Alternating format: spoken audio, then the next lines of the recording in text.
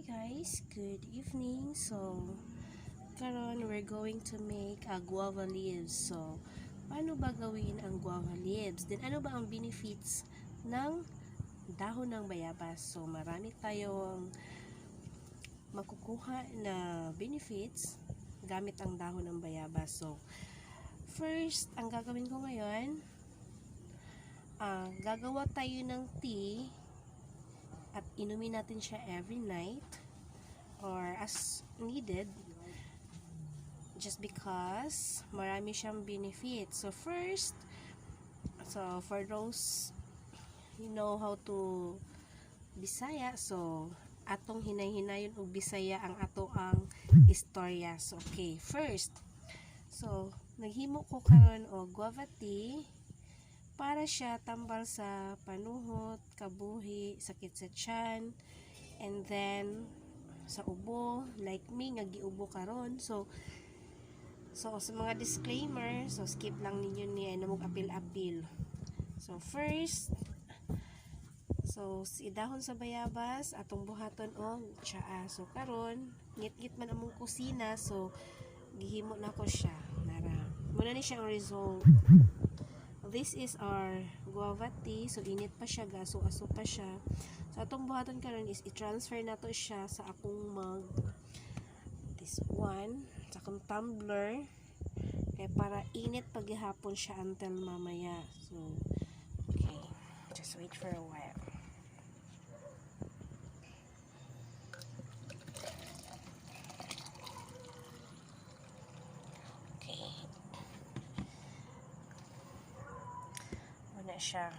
Muna siya ang guava tea. So, i-cover na nato siya para dili na siya mabugnaw. So, napatay sobra.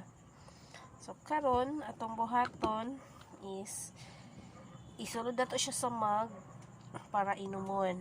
Ang remaining nga tsaa nga nabilin. Pero nganong bayabas man, say gamit sa bayabas sa tiyan.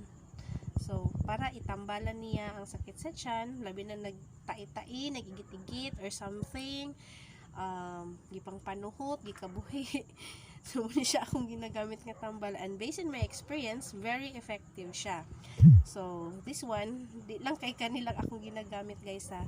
So, naapod si efficacent oil. Hindi yung extra strength. And then, para mawala pa jud ang hangin, tapos pag mapasaran ko kaon, so muna ang lala sa ko kabuhion dayon ko. So so this one dako kay siya tabang sa ko, si Arm & Hammer pure baking soda. So maligam-gam lang na water, tapos 1/2 teaspoon of baking soda, i-gargle nimo siya, tapos the rest inumo nimo ang uban. So dako gyapon siya tabang, basta warm water lang. So advice pud nako, guys, ayaw na intawon mo inom og daghan kay bugnaw nga tubig, kay sus parehas mo sa ko kabuhion, mamugnaw ang kamot, and then mamugnaw ang tiil, takihon din kog nervyos. Sus Ginoo ko, muna giingon nga sa una lotion pa ta, karon haplas na, labi na magkaedad na. So this is a big help unta sa uban. So unta maka-help ko sa inyo, ha.